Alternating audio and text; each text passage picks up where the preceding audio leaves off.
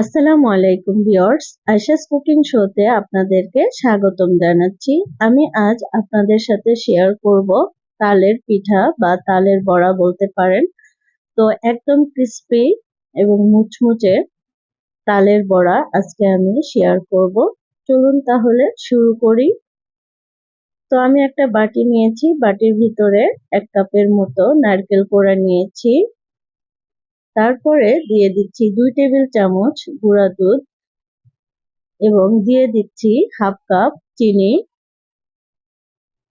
এবং 1 কাপের একটু বেশি তালের রস দিয়ে দিচ্ছি। আপনারা যদি বেশি পরিমাণে বানাতে চান তাহলে উপকরণ বেশি করে দিবেন এবং দিয়ে দিচ্ছি 1/2 কাপ চালের গুঁড়া। আমি আবারও 1/2 কাপ চালের গুঁড়া ভিতর থেকে অর্ধেকটা রেখে দিচ্ছি, আমি পরে দিব। স্বাদ মতো লবণ দিয়ে দিলাম এবং লবণ দিয়ে ভালো করে মেখে নিব। মেখে নেওয়ার পরে সেই বাকি গুঁড়া দিয়ে দিচ্ছি। দেওয়ার পরে আবারও ভালোভাবে মেখে নিচ্ছি। তো মেখে নেওয়ার পরে আমি এই পিঠার যে গোলা আমি সাইডে রেখে দিব 10 মিনিট। 10 মিনিট পরে আমি 4 টেবিল চামচ ময়দা দিয়েছি, দিয়ে আবারও ভালো করে মেখে নিচ্ছি। এখানে আমি চালের গুঁড়া, শুকনো চালের গুঁড়া ইউজ করেছি, আপনারা ভেজা চালের গুঁড়ায় দিতে পারেন।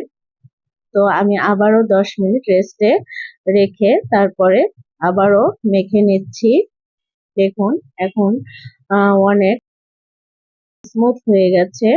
এবার আমি ভেজে নিব এই পিঠাগুলো। তো ফ্রাইং প্যানে আমি তেল দিয়েছি, তেল কুসুম গরম হয়েছে। আমি ছোট ছোট করে গোলা দিয়ে দিচ্ছি, আপনারা চাইলে বড় করেও দিতে পারেন। তো আমি মিডিয়াম হিটে এই তালের বড়াগুলো ভেজে নিচ্ছি।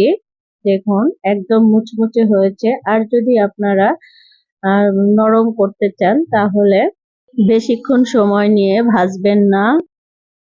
তো ভিউয়ার্স, আমার সবগুলো বড়া হয়ে গেছে।